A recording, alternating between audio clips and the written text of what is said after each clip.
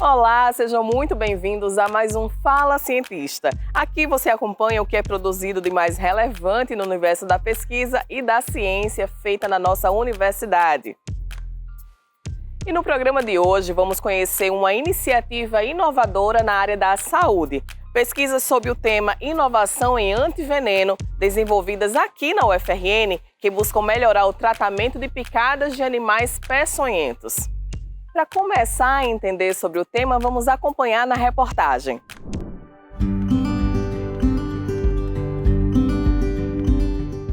Os acidentes com animais peçonhentos são uma preocupação permanente de saúde pública no Brasil. Escorpiões, serpentes e aranhas provocam milhares de ocorrências todos os anos, muitas com risco de morte ou de sequelas graves. Nesse cenário se destacam os trabalhos de pesquisadores do Laboratório de Tecnologia e Biotecnologia Farmacêutica da UFRN, onde pesquisas buscam neutralizar toxinas e transformar o veneno em fonte de novos tratamentos. Hoje a gente está tocando os experimentos principalmente com peptídeos do escorpião Titus stigmurus, que é o escorpião amarelo que predomina no Nordeste do Brasil. A partir desse animal a gente identificou moléculas que estão presentes no seu veneno que os defende de um ambiente insalubre, onde ele vive, em caixas de esgoto, em entulhos de obras, dentre outros ambientes insalubres que ele produz antimicrobianos, que são moléculas que vão combater os micro-organismos do meio que ele sobrevive. Então a gente isolou os principais antimicrobianos, que são peptídeos, e desenvolvemos essas moléculas em laboratório. Os peptídeos que o escorpião produz, a gente chama eles de peptídeos naturais ou então de peptídeos nativos.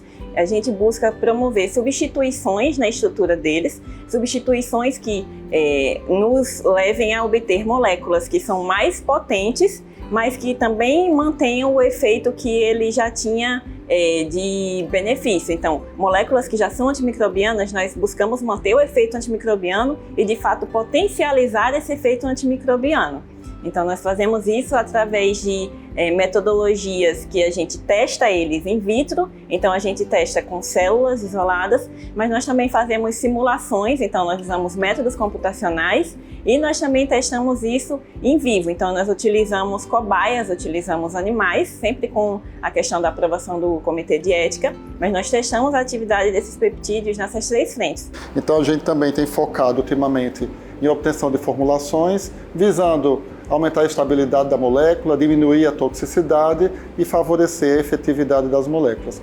As formulações que a gente tem trabalhado, principalmente com os peptídeos, são formulações tópicas para tratar principalmente feridas na pele de pacientes, e os trabalhos também têm avançado para a associação desses peptídeos com antibióticos que estão no mercado. Nós buscamos associar esses peptídeos, que a gente chama de análogos, com antibióticos que já existem no mercado. Então, antibióticos que são frequentemente utilizados na terapêutica, que são utilizados como a penicilina, cefoxitina. Então, são antibióticos que a população já conhece, antibióticos que já são testados.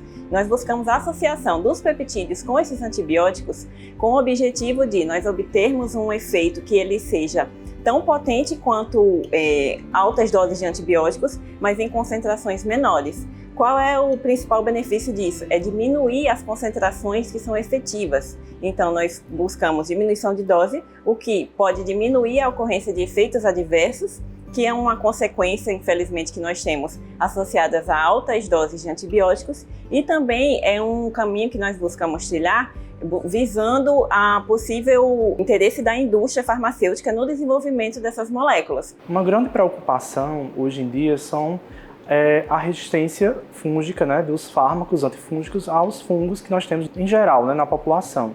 Então, nós temos hoje uma condição clínica chamada candidíase oral, que afeta principalmente pacientes imunodeprimidos e que tem um efeito bastante potencial no sentido de piorar o prognóstico desses pacientes. Então, A busca de novas moléculas com atividade antifúngica é bastante importante porque nós só temos 3 opções disponíveis no mercado. Foi nesse sentido que nós propomos que nossas moléculas, esses peptídeos antimicrobianos, tenham também uma boa atividade antifúngica. As pesquisas têm demonstrado que eles têm um potencial antifúngico bastante considerável. No entanto, com a tentativa de reduzir a concentração desses fármacos devido a possíveis questões de toxicidade, nós estamos associando com os fármacos antifúngicos já disponíveis, como a anistatina e outros, para ver se há uma melhor otimização dessa dose para que esse paciente possa fazer uso sem se preocupar tanto com a questão da toxicidade. Uma segunda linha importante do nosso grupo, que vem há muitos anos envolvendo esse trabalho, que é selecionar plantas da nossa flora, principalmente do Nordeste, visando a obtenção de extratos ou de moléculas isoladas desses extratos que venham neutralizar a inflamação em animais, em humanos e também poder tratar pacientes acometidos por acidentes, principalmente com serpentes, dentre outros animais peçonhentos. Nós trabalhamos com principalmente 3 espécies de plantas que são usadas tradicionalmente e são encontradas aqui no Rio Grande do Norte, como por exemplo a salsa da praia, que é encontrada ali na Praia do Meio, o pinhão roxo e também o pinhão bravo. Essas são as principais 3 espécies que trabalhamos. E aí nós coletamos essas plantas, preparamos extrato e esse extrato liofilizado eles são incorporados a formulações semissólidas, podendo ser géis ou nanoemulsões. E aí o benefício dessas formulações semissólidas é dar mais estabilidade, seja para o extrato ou para os peptídeos antimicrobianos, que também trabalhamos, como também favorecer uma liberação controlada dessas moléculas ativas, dessas formulações semissólidas.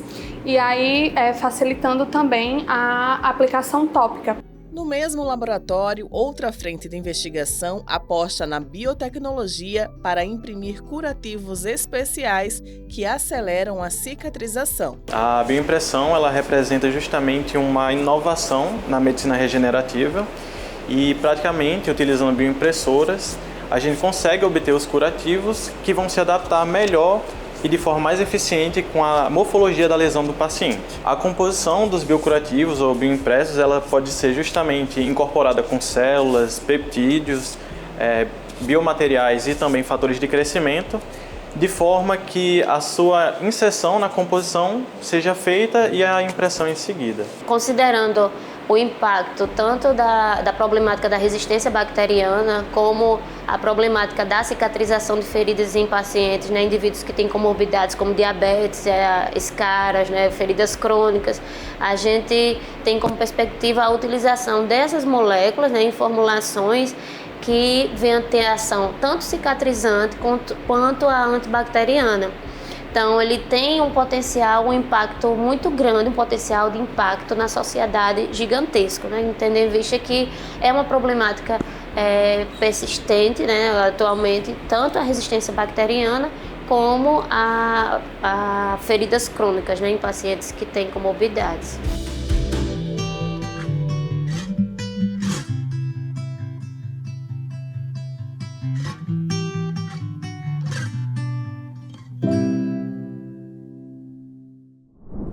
Impressionante, né? Ver como a ciência pode salvar vidas de um jeito tão criativo e inovador. E o mais legal é saber que essas tecnologias estão sendo desenvolvidas aqui mesmo na nossa UFRN.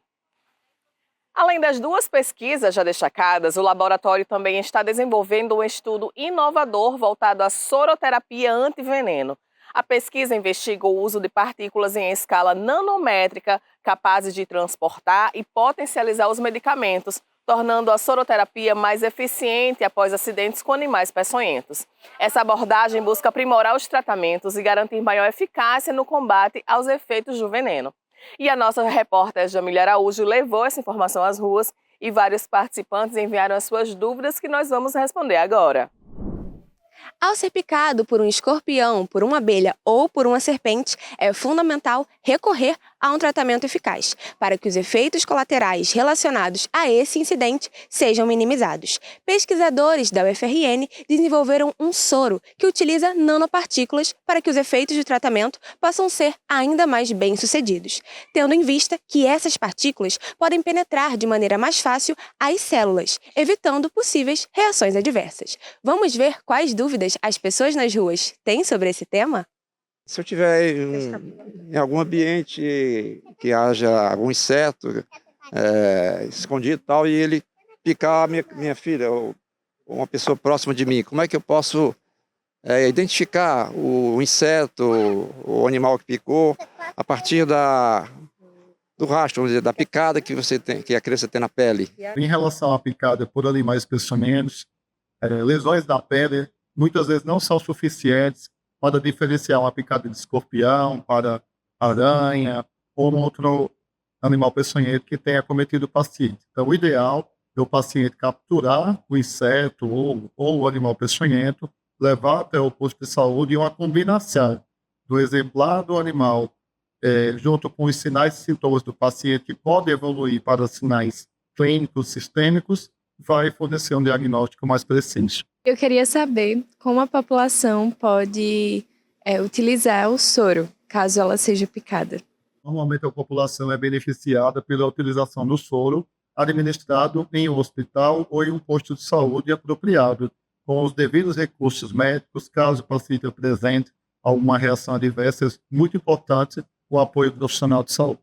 Com relação a em que pé está essa pesquisa, se foi feito testes anteriormente com animais talvez, se já passaram para a fase de seres humanos, como é que está vindo essa resposta? Esse trabalho ele vem sendo desenvolvido em parceria com o professor Arnóbio, do Departamento de Farmácia da UFRN. A gente vem desenvolvendo esse estudo há mais ou menos 15 anos.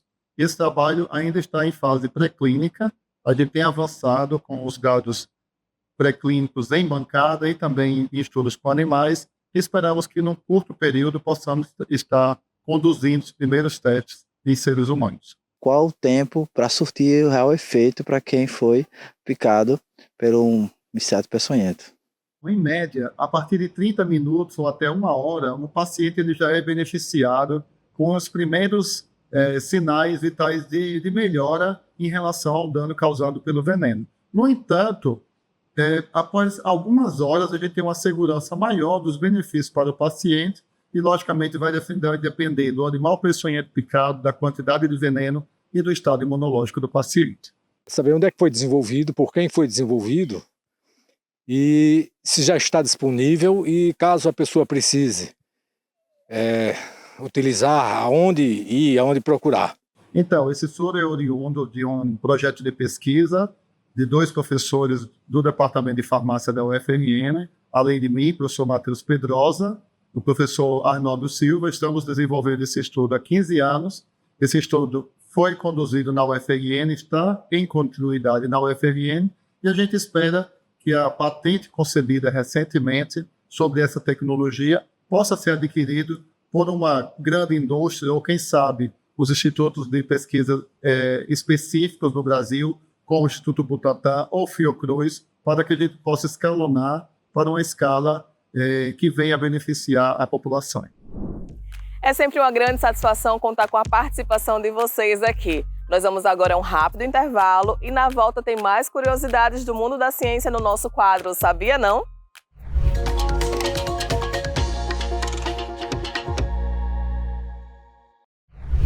Estamos de volta e agora é aquele momento leve e descontraído no nosso quadro Sabia Não? O escorpião é um animal terrestre invertebrado que pertence ao grupo dos artrópodes, sendo da classe dos aracnídeos e da ordem Scorpiones. Ele pode ser encontrado em todos os continentes, exceto a Antártida, mas costuma ser visto em desertos, áreas de florestas tropicais e subtropicais, como também em ambientes urbanos escondidos em meio ao lixo e entulhos. Mas você sabia que há registros de escorpiões datando de mais de 400 milhões de anos? Sabia não?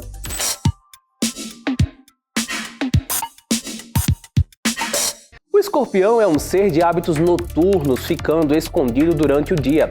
À noite costuma sair para se alimentar, sendo um astuto predador. Ele é um animal carnívoro e se alimenta de insetos, baratas, grilos, aranhas, outros escorpiões e, em alguns casos, até de pequenos vertebrados. Ele não consegue ingerir o alimento sólido, por isso coloca para fora o seu suco gástrico, fazendo digestão do alimento externamente e só depois ingerindo o líquido originado do animal depois de digerido. A anatomia do escorpião é caracterizada por um corpo dividido em duas partes principais, o cefalotórax e o abdômen. Os escorpiões possuem 8 patas, 2 pinças, 2 presas e uma cauda segmentada em 5 partes. A última é chamada de telson, onde fica o ferrão e as glândulas de veneno. Ainda que tenha vários olhos, esse animal possui uma visão pouco eficiente e por isso desenvolveu ao longo dos seus milhões de anos de evolução cerdas sensoriais que ajudam na identificação de movimento à sua volta por meio de vibrações. Ele também tem a capacidade de detectar quimicamente a presença de outros animais. Mas você sabia que o escorpião possui o corpo todo revestido por uma espécie de esqueleto externo chamado exoesqueleto? Essa estrutura é rígida e feita de quitina, e assim como as cobras trocam de pele, o escorpião realiza de tempos em tempos um processo de muda desse exoesqueleto. Durante a reprodução, há uma espécie de dança de acasalamento, em que o macho e a fêmea ficam girando, segurando um ao outro pelas pinças. A maioria das espécies é ovovivípara, ou seja, se origina em ovos que se desenvolvem e eclodem dentro da mãe. Mas também há espécies vivíparas, quando se desenvolvem dentro da mãe numa espécie de placenta sem a presença de ovos. Há ainda os casos de reprodução por partenogênese, ou seja, a fêmea ela se reproduz sem a presença de um macho. Depois de nascerem, os filhotes ficam no dorso da mãe por um período de 10 a 14 dias, até fazerem a sua primeira troca de exoesqueleto. Só aí estarão prontos para se alimentarem sozinhos. Eles atingem a idade adulta depois de 1 ano, chegando a viver cerca de 5 anos em média, mas há espécies que alcançam até 20 anos de vida. Existem mais de 2.000 espécies conhecidas de escorpião em todo o mundo, mas apenas 25 delas possuem risco de envenenamento mortal para humanos. Já no Brasil, há cerca de 140 espécies registradas e dessas, 4 são mais recorrentes em acidentes e por isso possuem grande interesse médico. O escorpião preto da Amazônia, o escorpião amarelo do Nordeste, o escorpião marrom e o escorpião amarelo. Agora, da próxima vez que você vir um escorpião, vai lembrar de tudo que aprendeu no episódio de hoje do Sabia Não? Eu vou ficando por aqui, mas a gente se vê novamente na próxima semana. Até lá!